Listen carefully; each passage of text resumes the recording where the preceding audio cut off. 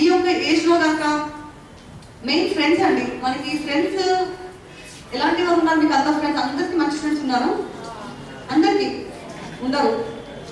మనకి చేతిలో 5 ఫింగర్స్ ఒకలా ఉండవు. ఇక్కడ ఇంతమంది, ఒక 200, 300 మంది పిల్లల్లో ఖచ్చితంగా బ్యాడ్ ఫ్రెండ్స్ అనేది ఉంటారు, ఉండాల్సిందే కూడా.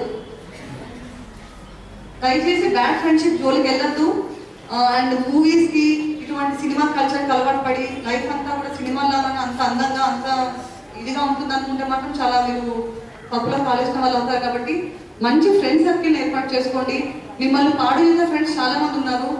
వాళ్ళు చదువుకోరు, పక్కలు చదువుకోనించరు. వాళ్ళు పార్కుల కదా మిమ్మల్ని పార్కులు పట్టుకుపోతారు. ఇలాంటి వాళ్ళు చాలా మంది చూస్తూ ఉన్నాం మనం ఈ యొక్క సమాజంలో. సో బ్యాడ్ ఫ్రెండ్స్కి దయచేసి దూరంగా ఉంటే సగం కీడు మీ దగ్గర నుంచి పోయినట్టే. అవునా కదా అబ్బాయిలు? బ్యాడ్ ఫ్రెండ్స్ ఉంటారా ఉండరా? వాళ్ళకి అతి చాలా చాలా దూరంగా ఉండండి. వాళ్ళకి అన్ని తరవేయండి వాటి నుంచి, మీ లైఫ్లో నుంచి. అలాంటి వాళ్ళు వద్దు మనకి. ఇంకొకటి, అబ్బాయిలు కూడా ఈ టైంలో, అబ్బాయిలు కానీ అమ్మాయిలు కానివ్వండి, పొరపాటు ఏదన్నా అమ్మాయిలు వెంట పడడం, వాళ్ళని ఇబ్బంది పెట్టడం, వేధించడం చేశారనుకోండి, తెలుసుగా అయిపోతుంది, డైరెక్ట్ జైలుకే పోతారు. అలా అని చెప్పేసి అమ్మాయిలు కూడా అబ్బాయి పోతారే జైలుకి నాకు అనుకోవడానికి ఏం లేదు. మీరు ఎంతో కొంత చదువు ఇవ్వడం వల్లే. మీరు ఫస్టే వాడికి వార్నింగ్ ఇస్తే, ఫస్టే అతనికి గట్టిగా చెప్తే మీ వెంట వస్తాడా? రారు. అందుకని అబ్బాయికి ఎలా అయితే ఉంటుంది ట్రీట్మెంట్, అమ్మాయి తప్పు కనిపిస్తే ఖచ్చితంగా అమ్మాయి కూడా మేము అదే విధంగా అనుకోవచ్చు. షీడీ అంటే ఓన్లీ అబ్బాయిలకు ఉంటుంది, మనకేమి మనం సేఫ్ అనుకుంటే కనుక మీరు తప్పు అంటే తప్పు అని కాదు, కానీ మీరు కొంచెం చదువు ఇవ్వడం వల్ల, మీరు కొంచెం వాళ్ళకి ఎంకరేజ్ చేయడం వల్లే ఆ యొక్క స్థాయికి వస్తుంది. కాబట్టి అమ్మాయి దయచేసి మీ యొక్క పరిధులు ఏంటో, మీ యొక్క హద్దులు ఏంటో తెలుసుకోవాలి. చాలా జాగ్రత్త, చాలా చాలా ఇంపార్టెంట్ అది. మీరు ఎంతవరకు ఒక అబ్బాయితో మాట్లాడచ్చు, ఎంతవరకు మీరు అబ్బాయితో బిహేవ్ చేయొచ్చు అనేది మాత్రం 100% మీరు మైండ్లో పెట్టుకుంటే సమస్య మీ వద్దకు రాదు. చెప్పండి, మీ కన్సెంట్ లేకుండా కనీసం ఆ పక్క అమ్మాయిని మనం టచ్ చేయగలుగుతారా? చేయగలుగుతారా? మన అబ్బాయిలకి ఎందుకంత చదివిస్తున్నారు? అబ్బాయిలకి ఎందుకంత ఫ్రీడమ్ ఇస్తున్నారు? ఏదో వాళ్ళైతే చిన్న చిన్న గిఫ్ట్స్కి, చిన్న చిన్న చాక్లెట్స్కి, ఏదో సెల్ ఫోన్ గిఫ్ట్లకి రీఛార్జ్ చేయించినందుకు, లేదంటే బేకరీలో తినిపించినందుకు, లేదంటే ఏదో గిఫ్ట్ కొనిచ్చినందుకు, ఏదో బర్త్డేకి అప్పుడే ఏదో లైఫ్లో కొత్తగా వచ్చేసినట్టు, 12 o'clockకి కేక్ పోపించినట్టు, ఇవన్నీ లైఫ్ అనుకుంటున్నారా?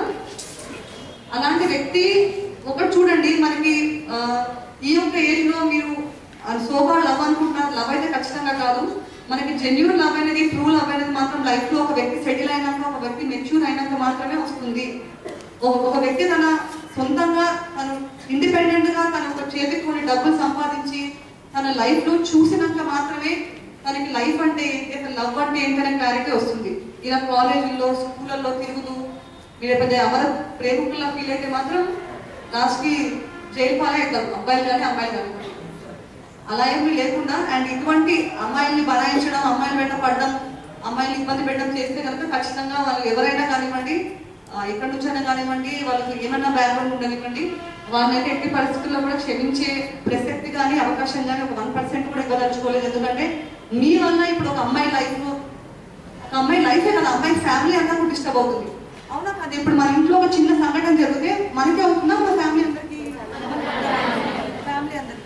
మరి మన ఫ్యామిలీ అందరికీ కూడా మీరు అదే దృష్టిలో పెట్టి చేసుకోండి. ఏ పని చేసినా కూడా నేను చేసే ఈ పని వల్ల నా ఫ్యామిలీకి ఏమన్నా చెడు పేరు వస్తుందని ఆలోచించండి. అప్పుడు దాదాపు ఎవ్వరు కూడా ఎటువంటి బ్యాడ్ హ్యాబిట్స్ కానీ, ఎటువంటి రాంగ్ ట్రాక్లో వెళ్ళకుండా చక్కగా లైఫ్లో సెటిల్ అయ్యే అవకాశం ఉంటుంది. అండ్ ఈ సెల్ ఫోన్స్ కూడా మనకు పెద్ద న్యూసెన్స్ అయిపోయింది. స్టూడెంట్స్కి సెల్ ఫోన్స్ అవసరమా? ఫస్ట్ చెప్పండి. టెక్స్ట్ బుక్స్ అవసరము, బుక్స్ అవసరము, పెన్స్ అవసరము, పెన్సిల్స్ అవసరము, సెల్ ఫోన్స్ అవసరమా? మరి ఎందుకు అందరు సెల్ ఫోన్స్ క్యారీ చేస్తున్నారు? ఎవరో ఒకరు రీఛార్జ్ చేయిస్తారన్నా అబ్బాయిలు అండి. అండ్ ఇంకొకటి చాలా మేజర్గా గమనిస్తున్నాము పోలీస్ పాయింట్ ఆఫ్ వ్యూలో ఏంటంటే, ఈ ఆటో డ్రైవర్స్ వాళ్ళు వీళ్ళు ఉంటారు, పనికిమాల బ్యాచ్ ఉంటుంది ఒకటి, ఈ ఆటో డ్రైవర్ బ్యాచ్. ఈ ఆటో డ్రైవర్స్, ఈ పనికిమాల ఫెలోస్ వెనకాల కూడా వాళ్ళు ఏదో ఆటోలు ఎక్కుతారు, పరిచయం అవుతాడు, ఇక అట్లనే వాళ్ళు ఏదో లవ్ అనుకొని డీవేట్ అవుతూ ఉంటారు. అలాంటి వాళ్ళ జోలికి వెళ్ళద్దు. మీకు ఒకటి గుర్తుపెట్టుకోండి, నేను ఏ అబ్బాయి పడినా కూడా ఫస్ట్ వాడు ఏంటో చూడండి. వాడు ఏమైనా సెటిల్ అయిందా, వాడు ఏమన్నా గుడ్ ఫెయిల్ అయినా చూడండి. అలాంటి వాళ్ళు వెంటబడతారా? ఆటో డ్రైవర్స్, పని పాటు లేని వాళ్ళు, చదువు వదిలేసిన వాళ్ళు, ఇంట్లో ఆదరించని వాళ్ళు, ఎందుకు ఇలా ఒక అమ్మాయిని పట్టుకుంటే ఏదో ఒకటి ఉపయోగం ఉంటుంది, ఎలా దాని వల్ల వేసుకోవచ్చు అనేసరి. అది ఇంపార్టెంట్.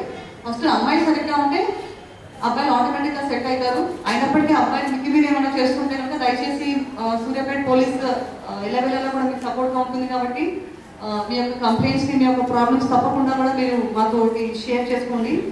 అండ్ ఇంతకుముందు చెప్పినట్టుగా మీరు ఇప్పటి నుంచే లైఫ్లో ఏమైనా టార్గెట్ పెట్టుకుంటే రీచ్ అవ్వగలుగుతారు. నేను ఇంకా సెకండ్ ఇయర్లో చూస్తాను, ఫస్ట్ ఇయర్ ఏముంది అనుకుంటే కనుక అప్పటికే ఉన్న కాలం కాస్త పోతుంది. So right from now onwards మీరు ఒక మంచి టార్గెట్ని పెట్టుకోండి. అండ్ లైఫ్ అనేది మాత్రం మనకు నిజంగా దేవుడు ఇచ్చిన వరం. చెప్పండి, ప్రతి ఒక్కరికి ఒక మనిషిలా పుట్టే అవకాశం దొరుకుతుందా? ఏ కుక్కలాగానో ఏ పిల్లిలాగా పుట్టవచ్చు కదా, ఇలాంటి పుట్టాం మరి మనం. అది ఆలోచించుకోండి ఒకసారి. లైఫ్ మనకి ఒక హ్యూమన్ లైఫ్ వచ్చిందంటే దానికి ఒక అర్థం, దానికి ఒక పరమార్థం అంటూ ఉంటుంది. సో ఆ యొక్క లైఫ్ని మనం ఎంత ఆదర్శవంతంగా, ఎంత బాగా జీవిస్తాం అండ్ ఎంత 10 మందికి మన లైఫ్ వల్ల ఏమైనా ఉపయోగం జరుగుతుందా అనే ఒక మంచి థాట్తో అందరూ వెళ్తే కనుక తప్పకుండా మీ యొక్క లైఫ్ ఒక ఫ్రూట్ఫుల్ లైఫ్గా ఉండాలి, ఒక మీనింగ్ఫుల్ లైఫ్గా ఉండాలి. అవునా కాదు చెప్పండి? ఆ రకంగా చేసుకోండి.